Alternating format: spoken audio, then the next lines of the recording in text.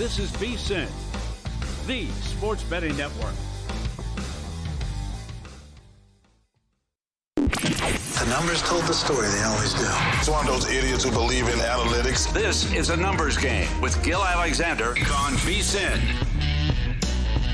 Wednesday edition of a numbers game. Matt Brown in for Gil Alexander. Kelly Bidlin on the desk with me. Be joined a little later by Will Hill. Talk some baseball with him. Our very own Jonathan Von Tobel is going to come in here and talk about college football. We have a guide coming out, and if you are not already a VSiN Pro subscriber, get on it. Do it. The best thing that we do. It really is. How else do I get paid? Come on. It takes a million man hours. I can't prove that, but I'm just going to say it takes a million man hours to make that guy. And 900,000 come from Adam Burke. Yes. And it is it's something that, again, if you are a college football bettor, it saves you so much time. You don't know where these guys transferred, all the different stuff like that. So, again, get in on that. We'll talk to Jonathan Von Tobel about the conferences that he previewed in this. If you want to join the show, at Matt Brown M2, at Kelly Bidlin. Let us know how we are just enriching your day, because I feel like that's what all the tweets tell us. That's a good one. Enriching your day. Yeah. I feel like that's what everyone wants to tell us. It's just how great we're doing on Twitter. That's what Twitter was made for. That's right.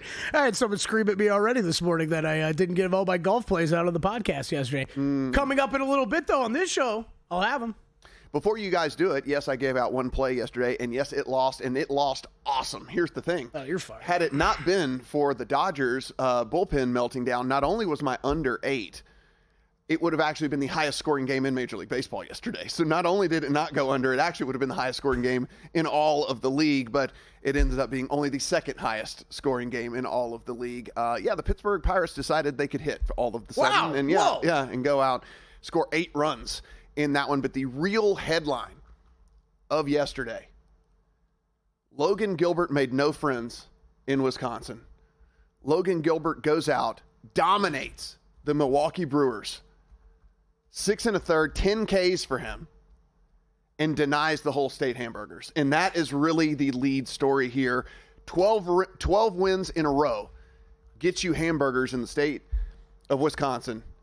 And instead, the Mariners win 1-0 at George Webb's. 1-0. Yeah, you had to look it up. I had to look it up again. You had to look it up. I forgot the name again. 1-0 over the Brewers. A lone solo shot by Cal Raleigh, his 39th home run of the year, and you do not get free hamburgers. The streak stops at 11. They do not make it a dozen. Am I going over the top on this? But they've been running this promotion for 80 years before the Brewers were even in town, mind you, right? And they've only had to pay out twice on this? Doesn't that seem a little silly? A 12-game win streak is quite the win streak. I mean, I know it is, but 80 years. I mean, round ball, round bat. You know, I mean, it's like weird things happen. I don't know why you think 80 years, though, man. It's a dozen wins, you know? It's like you don't have 5 good starters. So you just got to... Be better, Brewers. You got to roll your 4th and 5th guys out there. Got to win twice. I like the different promotions and how some of them are so easy to hit, and how this one. I mean, this is far more difficult. And it's funny that this only comes up then however many years every so often that you even have a chance to get to that. On a more serious note, from a betting standpoint, in all of this, is the Brewers only allowed Jacob Miserowski to go 64 pitches in this game, and they had talked about limiting his innings and pitch count. I just didn't know it was going to be so incredibly soon. They didn't even let him get out of the 4th inning. They pulled him at 3 2/3. He had 7 Ks in the 3 2/3 innings. He had not allowed a run, but apparently they have an idea of how much they're going to let him go now as we head down the stretch. And that is something that, if we are as bettors, right, going to be really tough to bet to get the win market. That's a bet available at a bunch of the books out there, because if they're going to kind of cap him, it seems like in this kind of 65-70 pitch range, you got to get 5 innings in order to qualify for a win, you know. And so a guy that strikes out as many as he does, you rack up pitch counts, right? I mean, that's the other thing about all this, right? Whenever you're getting a lot of Ks, you're throwing a lot of pitches. And so just one thing to take away from that, he did average 99.5 miles an hour and topped out at 101.9. Yeah, that's pretty good. Now, I mean, that's pretty big signal coming from that camp, right? From the Brewers that, yeah, we're going to be reining him in and watching these innings going forward, because I did the same. I mean, I pulled up that box score and I was like, oh, like, did something happen here? And nope, it's. I mean, he was pitching well, and then he gets yanked that early. I mean, that would just be a sign of things to come for the rest of the season. I mean, I guess to credit them, they did tell us they were going to do it, but for me, it didn't. I was more assuming like, hey, we're not going to let this guy go like 8 innings or whatever. You know, it doesn't matter if he's cruising. We're not going to let him go 7 1/3 or whatever. But I just thought, you know, if you're going like he was yesterday against this Mariners team, I thought that, you know, you let him go, at least finish the inning, but that was not the case there. But it becomes interesting because, I mean, if you were in a different place in the standings and stuff too, right? Like this would be a whole different, I mean, we talk about this with Paul Skeens, right? It's a completely different story with where they're at in the standings versus where the Brewers are. Yeah, really interesting. The Yankees beat the Blue Jays 5-4. They get a home run in the top of the 9th inning to win that one. Max Scherzer gives up 4 earned in 5 innings, including home runs to both Cody Bellinger and Jazz Chisholm. And with that, Kelly, is kind of the question that really is surrounding this Blue Jays team, and that's why they are already rumored. We saw yesterday, just while we were on air, that they were interested in Mitch Keller. Maybe not after that outing yesterday, but I think they understand where they're at. Max Scherzer just not Max Scherzer anymore, right? And like outside of Gausman, you're looking at a rotation that doesn't really have anybody that you feel super, super comfortable with if you have to roll them out. And so I think they are going to really be in the market for a starter. The only problem is there's not a ton of starters available, and the ones that are likely to demand a decent haul for them. I mean, if you're going to get a Sandy Alcantara, if you're going to try to go after those 2 guys in Arizona and all the different stuff like that, like those teams aren't just going to give them away. And so Blue Jays, that was my only knock on them too, was that starting pitching. And then certainly yesterday you kind of see that as Scherzer goes out and just does not look like the Scherzer of old, as he is, 57 years old now. Yeah, absolutely. Getting up there, and it becomes a little bit more difficult for sure. Then we get the Dodgers bullpen melting down. Like I said yesterday, as I had the under in the Pirates game in which they end up scoring 13 runs. Would have been the highest scoring game of the day had it not been for this one. And the Dodgers, man, they are certainly leaking oil. We're not worried about the Dodgers. Blake Snell is on his way back. There's certain things that you can be looking up for with the Dodgers, but they're definitely leaking oil. Yeah, I'm looking forward to discussing this, the best record odds we've got coming up here next segment, because they are still the short shot there. But like you said, I mean, what is it for you? What is the level of concern right now with this team? I mean, high, not that big a deal. They're going to get things back on track. I mean, the thing is they do have just a lot of reinforcements. And then the other thing is we know that they will be certainly active at the trade deadline. And so not so much. The only thing is if you listen to a lot of the people who are much smarter than I am when it comes to Major League Baseball, they are calling this a trade deadline as opposed to as a trade deadline, that there's just not going to be, unless someone just comes out of nowhere, there's just not a lot of super high impact players available, right? And so outside of Eugenio Suarez, who continues to hit home runs for Arizona, there's just not a lot of guys that everybody's jumping up and down about. I mean, some of these guys that we knew were going to be available are actually kind of sputtering. So it was like, oh, well, maybe they were just way overperforming, and things are coming down the stretch here. Ryan O'Hearn being one of those guys for the Orioles, who has just hit like crap here for the last month. And so we shall see, but let's hope there's a deadline as opposed to a deadline. But yeah, seriously, only be a deadline. What number would I have to give you on the Padres to get involved in the division? It's getting close. Really? Okay. It's getting close. At 12-1, is Matt Brown in? I mean, 12 sounds about right. The thing is that if you look kind of like man for man as they're constructed right this second, the Padres aren't that far off from the Dodgers. Now the Dodgers again have just a lot of people that are gone, and they'll be coming back, and we'll see what's going on with all of that. I mean, just Monday lose one of their best relievers, and looks like they're going to have to be looking elsewhere for a closer. So there's all kinds of crazy stuff going on out there. We thought that this was just going to be so incredibly easy, but that is not necessarily the case. Now, Commanders are going to be a team that we're going to be talking about a ton. Certainly we have an NFC East preview that we have coming up a little bit later in the program as well. But Terry McLaurin wanted a new contract. He was very vocal about wanting a new contract. While the ownership group has said that they will get him taken care of, Kelly, they have not yet. And with that, he did not show up at training camp. Yeah, something we kind of expected yesterday, but man, this is a big deal. If everything that happened last year with the Commanders, and then some of the offseason moves that I think a lot of people view as additions to this team. To me, that's the one thing you cannot screw up, right? Is that chemistry already between Daniels and McLaurin. I mean, you have to have that type of wide receiver out on the field. So Commanders, get it together. You got to get him back in camp.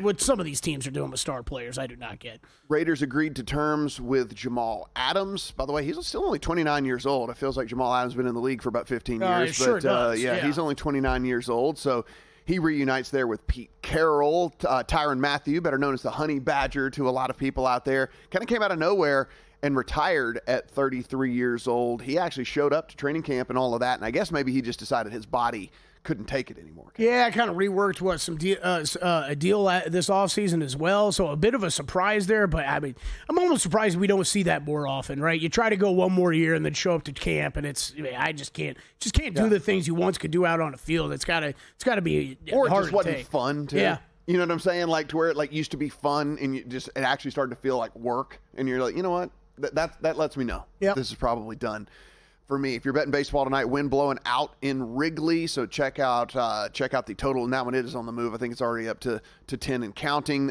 Rain is in the forecast in Atlanta, Colorado, and Tampa, so just keep that in mind if you're betting those games. We know how that goes. You get a delay. The starter has to come out. We do most of our handicapping around who's going to be the starter for these teams, and so sometimes they don't let these guys come back out of rain delays, so at least check in on Atlanta, Colorado, and Tampa before you get those in your account when we come back. As Kelly Bidlin said, the most wins, best record in Major League Baseball when it is all said and done. There's a market for that. We will discuss those odds when we come back here on the Numbers Game.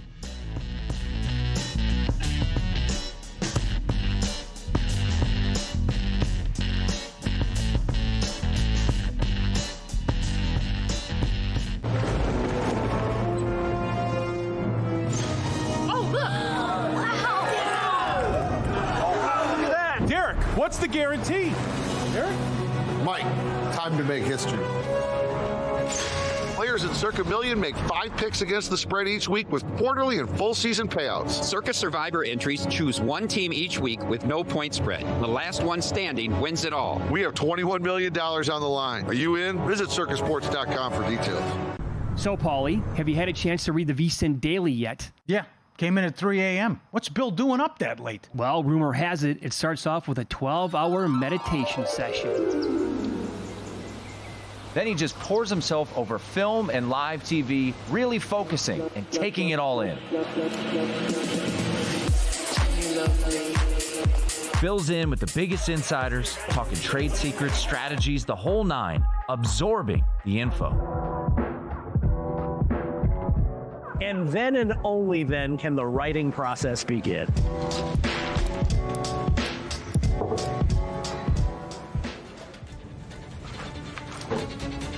In Las Vegas, Bill's late night becomes your early morning. Wake up to the very latest betting insights in your inbox with the VSiN Daily. Sign up for free at vsin.com/newsletter. Coming up on the next edition of Follow the Money, the Iceman, Chuck Eddles on the show to talk futures in football. Mike Palm, the VP of Circa on the World Series of Poker controversy, the Blackjack tournament here at Circa, and you cannot be serious. Plus, Matt Humans joins the show to go over college football best bets. Follow the Money, 4 to 7 Eastern on VSiN, the Sports Betting Network, now Sirius XM Channel 158. Check out the website for all the betting tools and analysis, or get the VSiN Watch app.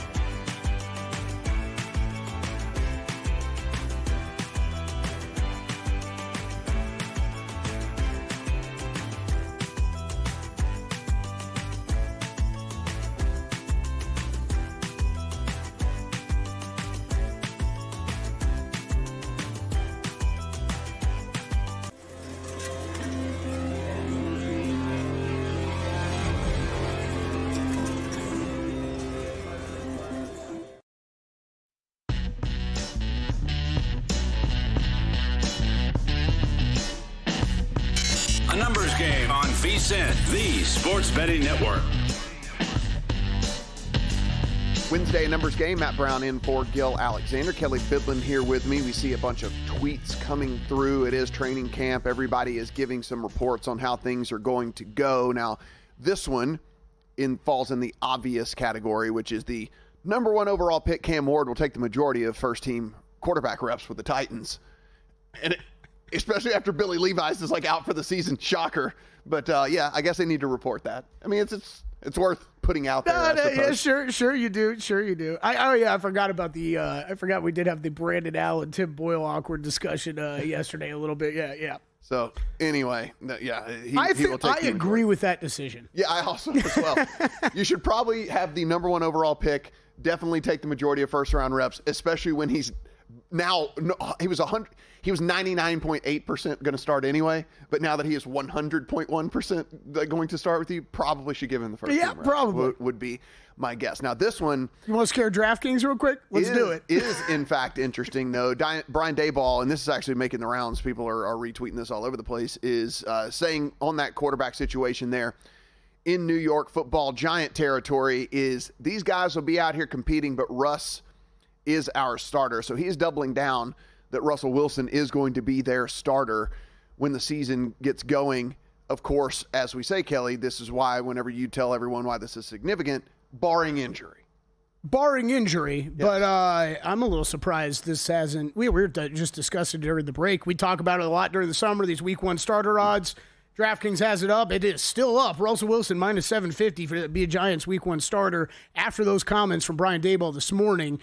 I'm interested. You and I kind of disagreed a little bit on the break of when this gets pulled, if they leave it up, if they're purposely leaving it up, considering you're having to lay such a price. Man, I would think it's going to get pulled here at any moment, though, with those strong comments. I mean, look, it'd be nice to hear the sound, but we're just reading quotes. But yeah. With that strong of a comment on Russ as our starter right away in Giants camp, I think that's a pretty big deal. And look, I mean, that's week one starter odds. Reminder, like Matt was getting at it, injuries can happen between in training camp and in preseason, so plenty of time for this to change because of factors. But Daboll giving Russ the nod. I think you should, if you're doing any other Giants betting too, keep that in mind as you go forward here. Well, let's go ahead and get some more Giants news going on here. When asked, Joe Shane asked about redshirting Jackson Dart, and he said he thinks there are some real benefits from sitting and learning, especially with the experienced players and coaches here. That's interesting. So, there is, again, I know there's a lot of people who are saying no. Once they lose 4 or 5 games, it's definitely going to be Dart. Maybe it's more that week 14 bye. They have a super late bye.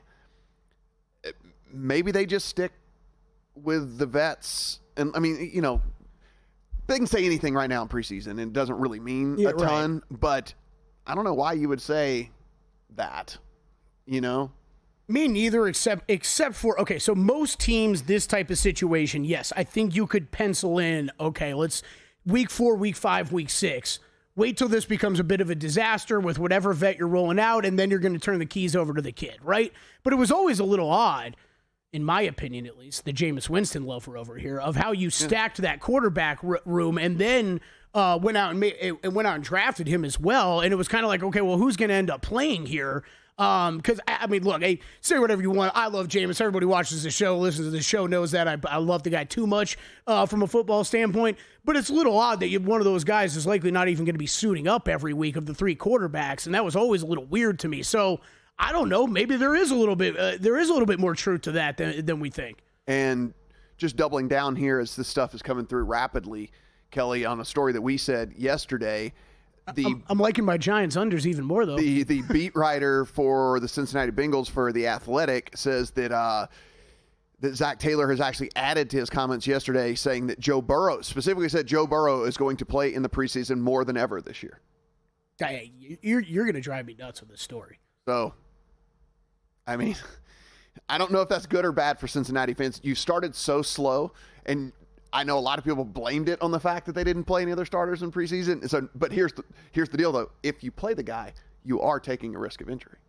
That is terrifying. Because when we were talking about this yesterday, I thought that was the easy way of like, all right, like we're going to get like our third and fourth wide receivers more time out there. And like, we're always going to have to utilize backup linemen. So we're going to make sure that the starters get a few more looks on the O-line. But I'm not messing around with Joe Burrow out there in the preseason too much. That guy can play. There's no concerns about Joe Burrow's playing ability. And the other thing that is just a little odd about it is from a chemistry aspect, it's T. Higgins and Jamar Chase. Like, he's Correct. not having to get it's not like you're working in new guys. Additional chemistry with your receiving core. Oh, man, this sounds like this is... I'm already nervous. You've swung too far the other way, Cincinnati. I'm already nervous. I know, I'm already nervous for this. Like, I feel like, I'm like, oh my gosh, can you believe... What if we get robbed of Joe Burrow again? No, I don't want to. I don't even want to think about that. I don't want to either. I don't want to get robbed. Take it easy, man. I don't want to get robbed of Joe Burrow yet again either. Guys, we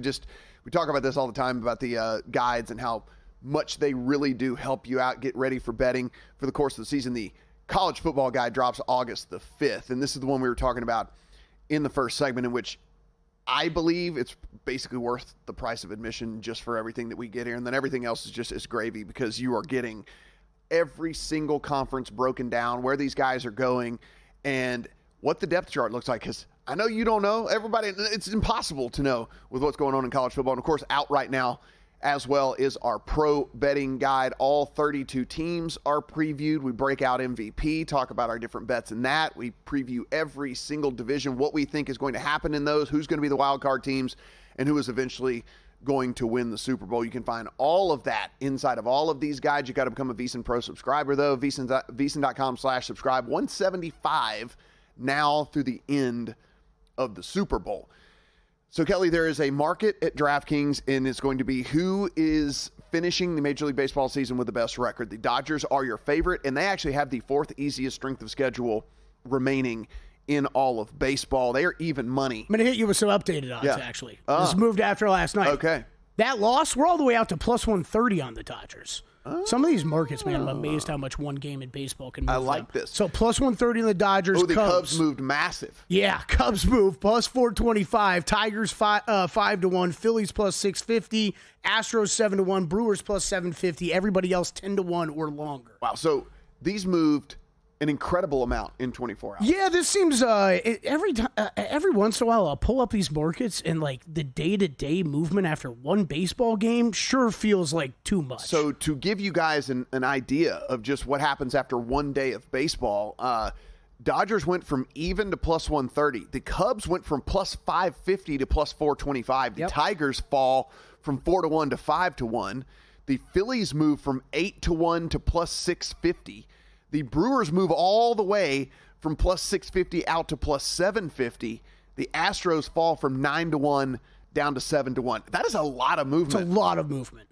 That's a lot of movement in a day for sure. Yankees go from 13-1 down to 10-1 in this market. Now, if you're wondering what the strength of schedule looks like for these teams moving forward, the Dodgers, fourth easiest strength of schedule remaining. The Tigers, eighth easiest remaining schedule. The Cubs, the third easiest remaining schedule. We talked a little bit about this yesterday with Mark Borchard, who really liked the Cubs as it was anyway.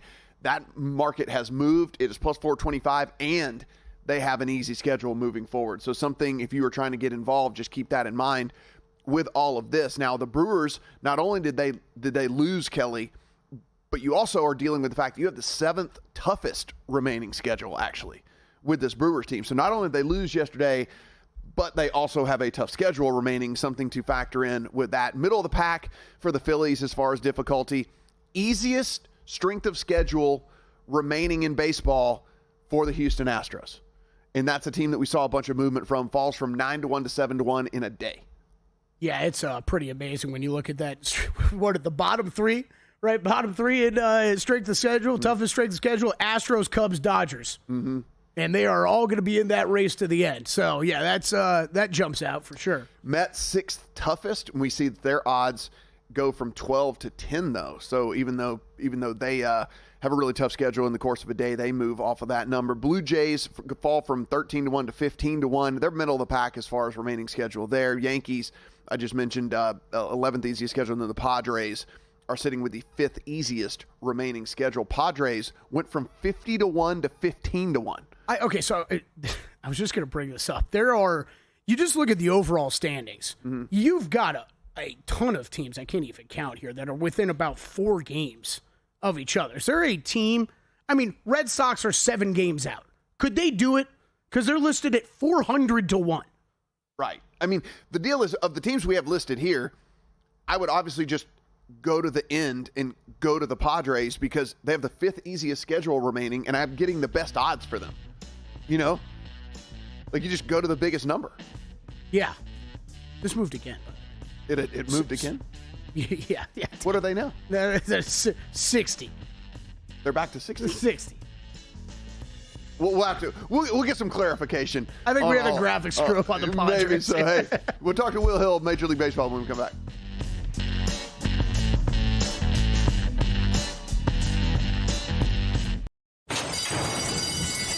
And they're off.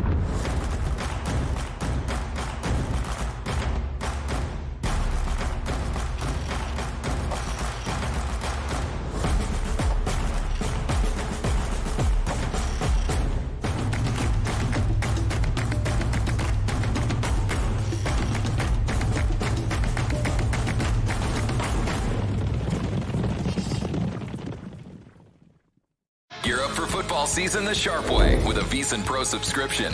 Right now, grab our football special for just $175. An early bird deal that gives you full VSiN access through the Super Bowl. That includes our NFL betting guide, loaded with team previews, power ratings, and season-long best bets. Plus, pro picks sent to your inbox daily, betting splits from DraftKings and Circa, live shows on the VSiN Watch app, and so much more. Don't wait. Sign up now at VSiN.com/subscribe and join us on the Sports Betting Network.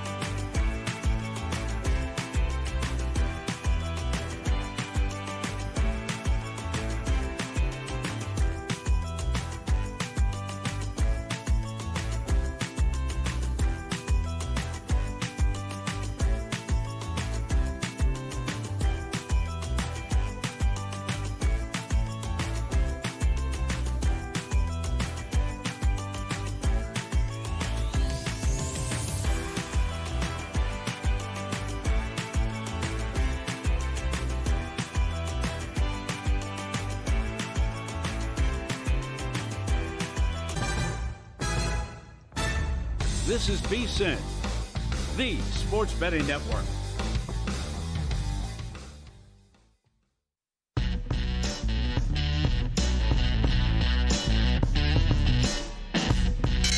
Numbers Game on VSiN, the Sports Betting Network.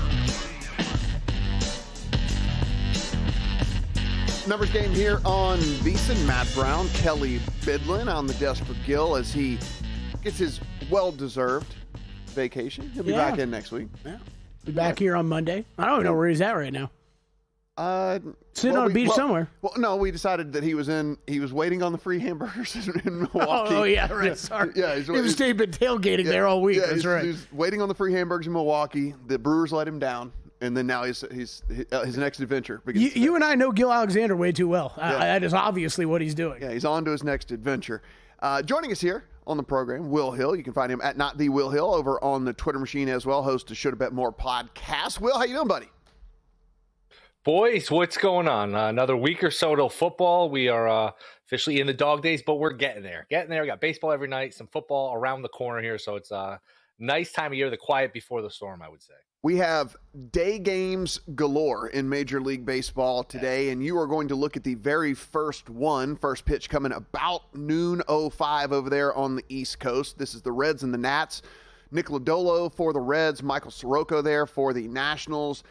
Reds minus 125-ish on the road as favorites. You can get a little bit over even money there on the Nats at home as dogs. 8.5 is our total. How are you looking to play this one? Yeah, it's the first game, so you have to bet it. You're obligated to bet this game here, the Reds and the Nationals. I like the under first 4.5. Lodolo has been much better away from home. You get him out of that small ballpark. He's got a 2.5 ERA on the road. Nats can struggle against lefties.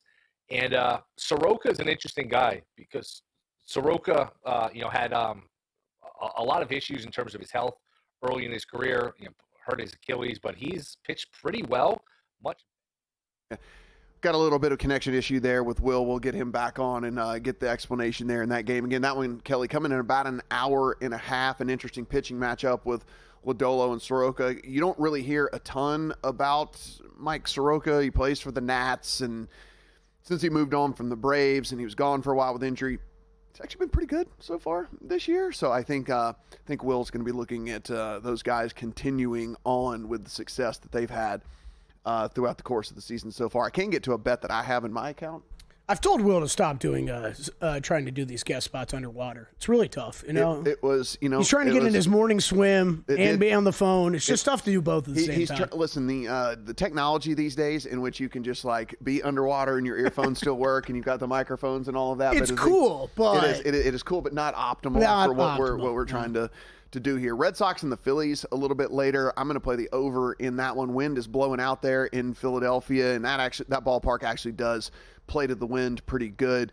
Giolito's surface stats look a lot better than his expecteds do whenever you really dig into what should have happened to him. Now, regression does not always happen immediately, so it doesn't mean it's going to happen tonight, but I have to play the numbers that I see right there. Luzardo has been pummeled in 2 of his last 3 starts.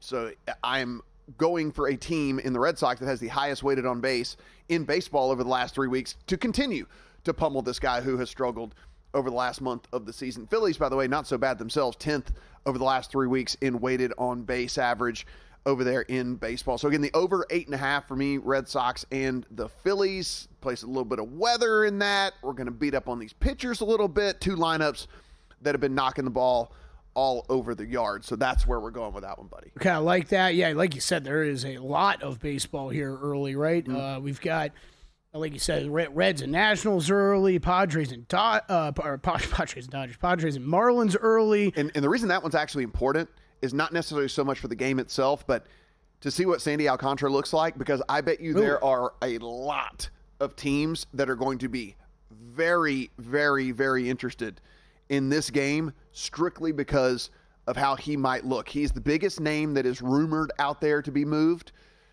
but he's been bad this year, Kelly. And so is there any redeeming quality? Does someone, because here's the deal. The Marlins are not going to give him up for free. So you're basically you're paying a high price for a guy who is at his lowest. So it's like, but maybe they see something in the start. Maybe something works out in this start with Sandy Alcantara. But yeah, there's going to be a lot of interested parties there in that Padres-Marlins game. And again, that first pitch comes to you in about an hour and a half as well down there in Miami. Yeah, that and several others here today. Well, we're working on Will. You want to talk some NFC South quick? Yeah, well, you don't. Is that your way of saying like I don't really dig the NFC South all that much? I didn't say that. I'm just saying the time we have remaining is plenty enough time to talk about it. Listen, I don't hate the NFC. I don't really hate the NFC South. You got bets? But, okay, we know the Bucs are the favorites in that one. They had to replace Liam Cohen, as everybody knows. He left for Jacksonville. It's going to be John Grizzard, who is taking over at offensive coordinator for them. He's actually been with the team. He was the team's passing coordinator last season. So he is familiar with this team and the skill players that go along with Tampa in that one. One of the news items that we got over the last couple of weeks is Tristan Wirfs is going to miss the start of the season for this team. That is obviously massive, considering he is one of the best offensive linemen in all of football.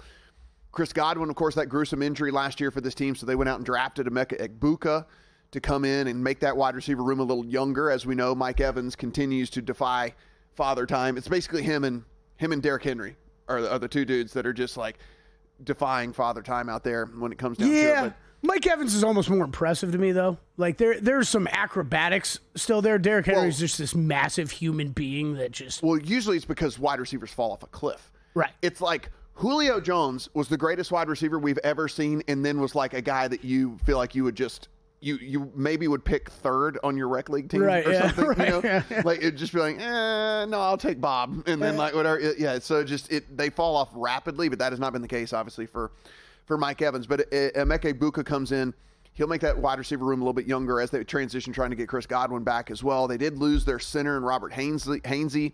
Linebacker KJ Britt is gone. Safety Mike Edwards is gone. Safety Jordan Whitehead. These are all guys that were starters for this team. They are all gone now for this group. I guess the bonus here in this, Kelly, is you are playing in one of the, if not the weakest divisions in all of football. So that does at least give you a little bit of hope that even with the losses and even with Godwin maybe needing a little time to get back in the groove and losing Liam Cohen and all of that, you're like, well, yeah, but it's the Panthers and it's the Saints and, you know, maybe the Falcons, but I don't know if they're too worried about the Falcons either. Yeah, I don't think they are. This is not a team that I've bet on yet. Bet on to win the division. I don't think I will, Matt. I think that, look, the Falcons are Me neither, because I think the Falcons aren't that far off. That's what I was just I don't think they're that far away. Yeah. But, man, the Bucs made me look stupid last year when I had a Falcons bet in this division, and I don't really know. I mean, you just went through.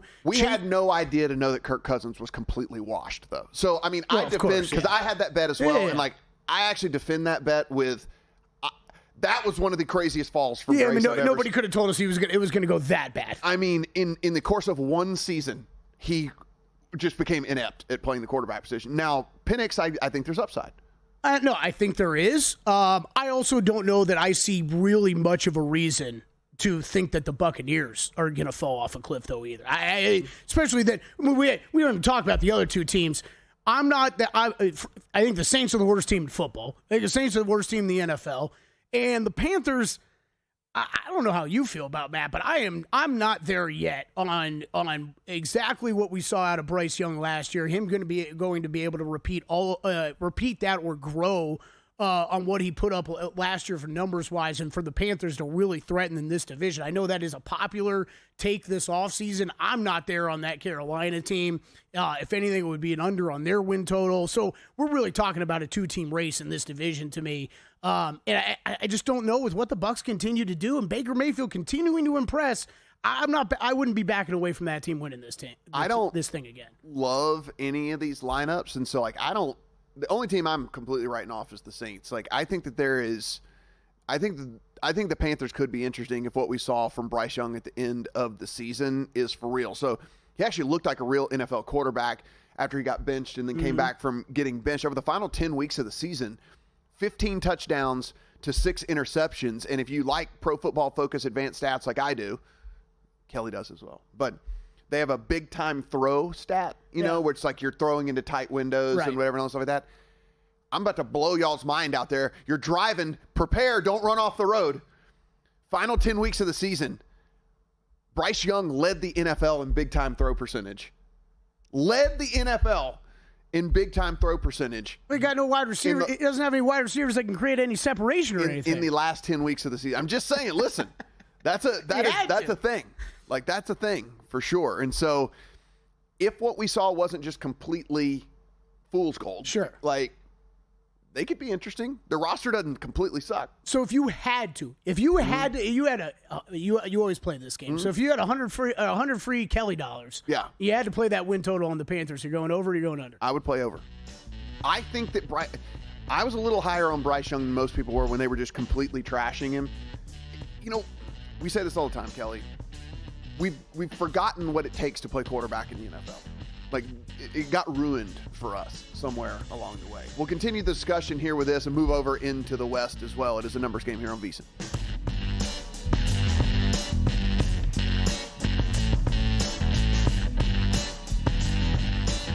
As sports fans, we may cheer for different teams, but there's one thing that we can all agree on. We want the game to be big. And with 3 levels, 30 cabanas, a 143-foot screen, 6 clean pools, and endless cold drinks, it doesn't get any bigger or any better than Stadium Swim in Las Vegas. All sports, all seasons. It's more than a pool deck. Stadium Swim. It's the only thing like it in the world. Elevate your sports betting game with VSiN's exclusive betting splits. Stay ahead with real-time market trends and track bet percentages on any matchup, then uncover the edge by comparing them to the amount of bets placed to find out where the sharp money is headed. Upgrade to VSiN Pro to access betting splits, live odds, line moves, power ratings, and in-depth game analysis. Go to vsin.com/pro to join VSiN, the sports betting network.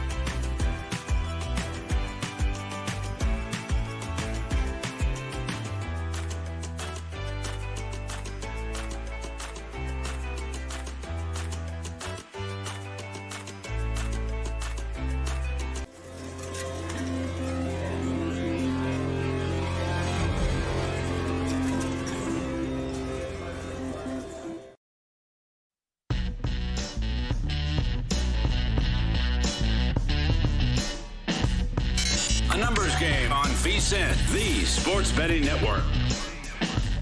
A numbers game here on VSiN, the Sports Betting Network. Matt Brown in for Gil. Kelly Bidlin here on the desk with me as the tweets again are coming through, and most of them are positive. Most of them are, the person looks amazing, instead of this one, which is Jackson Dart's first pass in 11-on-11 drills is a pick six.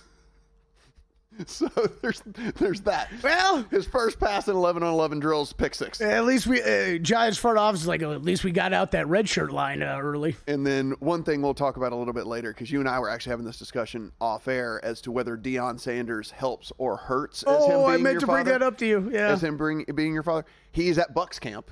Yep. And because his son Shiloh's just trying to make the team. Yep. Just saw him chatting up Bulls there. Yep. So Deion's just looming as his kid tries to make the team.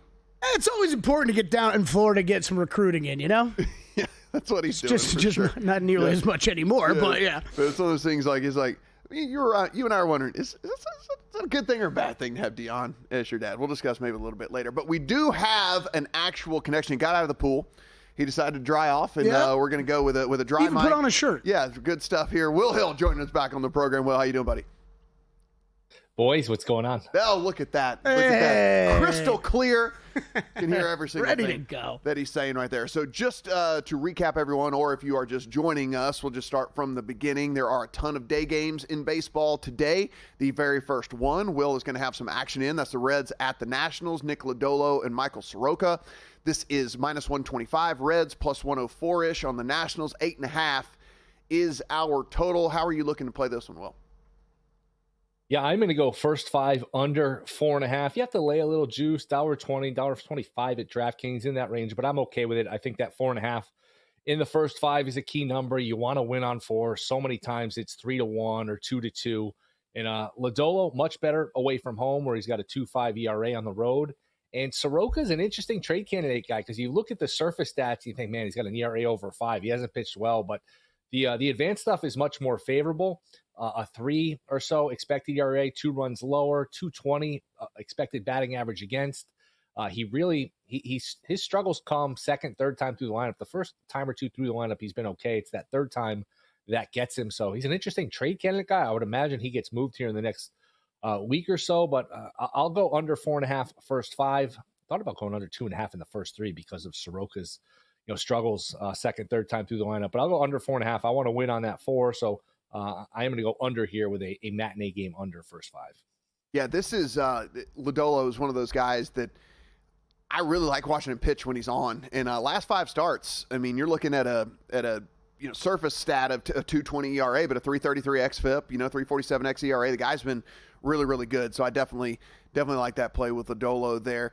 Let's head to the team that little bit of struggles of late here for Detroit after they just set the world on fire in the first half. You're going to come back on them, though. Yes, they have struggled, but I like this pitching matchup. Melton going for the Tigers, making his debut. I think it's just a spot start.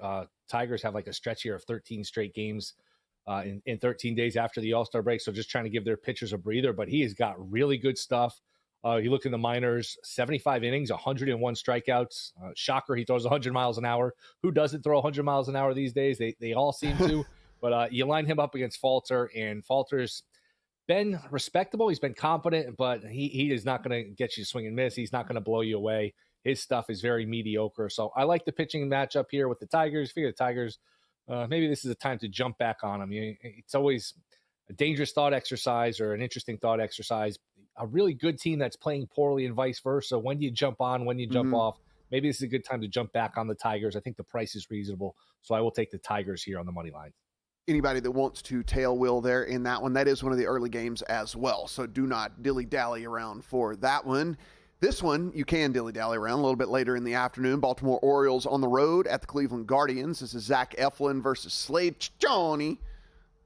Ciccone, Kelly, you like that? Yeah, I do like that. Ciccone. I don't know if that's how you say it or not. It could be Ciccone, but I like to think that he's Italian. I like to think that he's Italian. This is Guardians minus 131 at home as favorites, plus 108-ish if you're looking at DraftKings numbers out there for the Orioles on the road as dogs. 8.5 is our total here in this one. Will, what you looking at? Yeah, I think you nailed the pronunciation, by the way. If he were a Giants backup quarterback, this guy would be like a celebrity. So hero already, yeah. Play the wrong sport. I like Cleveland here. They're starting to swing the bats better. Eflin, it's a guy I've liked to back in the past, control specialist, but he has gotten hammered this year. ERA close to 6. He's given up 16 homers in 60 or so innings. He has not been able to keep the ball in the ballpark. So I got a hot lineup in Cleveland, a Baltimore team that's fading. So I'm okay with Cleveland on the money line. And I'll throw in an extra play. I've been keeping an eye on these exact plate appearance result. You can play these at DraftKings. I think FanDuel has them as well. I think Caesars does have them from what I remember from when I was in Vegas. Jose Ramirez plus 1,100 to walk in his first at bat. Now, Eflin does not walk a lot of guys, but Ramirez is so red hot. The rest of the lineup, there's a drop off. To me, like last night, he comes up 2 out, nobody on. I'm thinking, you know what? They should probably walk him, pitch around him. They pitch to him. It's a home run. Hit a home run in the first inning on Monday night. At some point, you just got to let somebody else beat you. So if he comes out, man on second, 1 out, maybe you walk him intentionally. If he comes up 2 out, nobody on, maybe you just pitch around him. Again, I've been tracking this. I know Friday night and Saturday night, his first at-bats, he did walk and cash these. I gave it out plus 800 on Saturday. It got home. So to me, I know Eflin's, again, a good control guy, but plus 1,100 with how hot Ramirez has been at the plate, I think there's a decent chance they either intentionally walk him or pinch around him. I'll take a shot at the 11-1. It's under exact plate appearance at DraftKings. Talking to our very own Will Hill, also host of Should Bet More podcast, and not the Will Hill over there on the Twitter machine. Will, we just talked about this Astros team. If you look at the rest of the season, have the easiest remaining schedule of any Major League Baseball team. They will go at about 3:40 Eastern this afternoon. Brandon Walter on the hill for them. We got Brandon Pfaadt, battle the Brandons down there in Arizona. Brandon Pfaadt going for the Diamondbacks. This is Diamondbacks about minus 125 at home, about plus 105-ish on the road for the Astros. 8.5 hour total. Who you backing? Yeah, a lot of Brandons. I didn't even pick up on that. That was a good job by you. Can we get another Brandon to throw out the first pitch? Yeah, Brandon, exactly. Brandon Bass, maybe, the former NBA player. I don't know what other what other Brandons we got. I like Houston. I know they have a laundry list of injuries, but doesn't seem to matter. This kid Matthews has come up. He's hit 3 homers in the last couple games.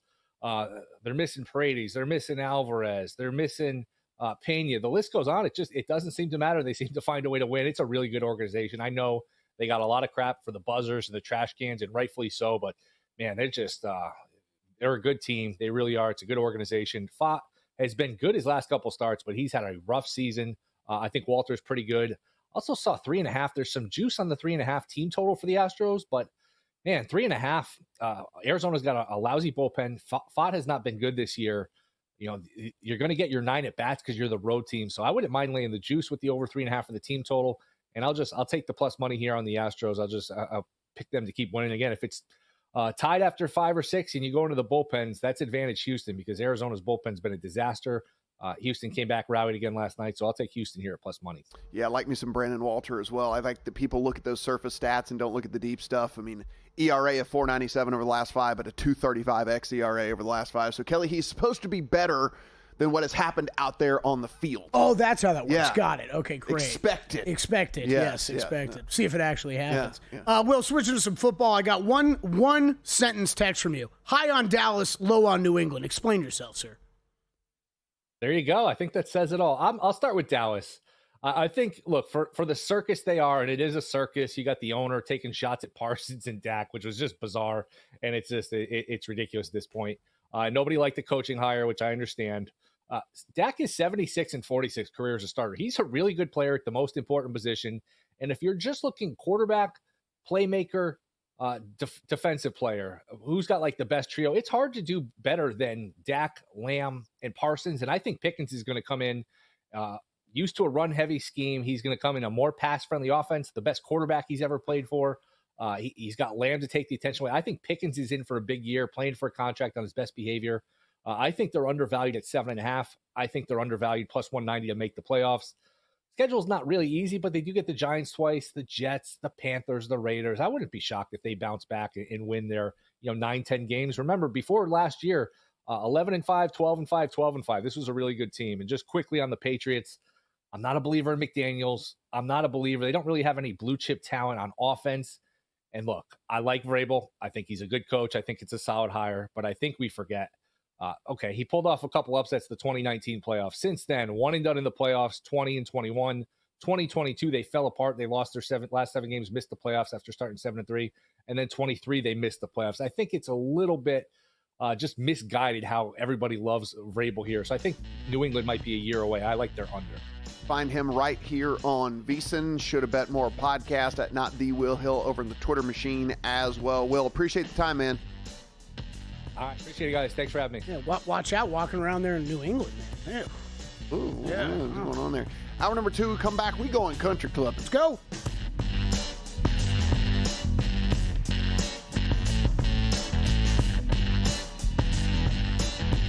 Introducing the $500 trifecta. Use your GBank Visa signature credit card within 3 months.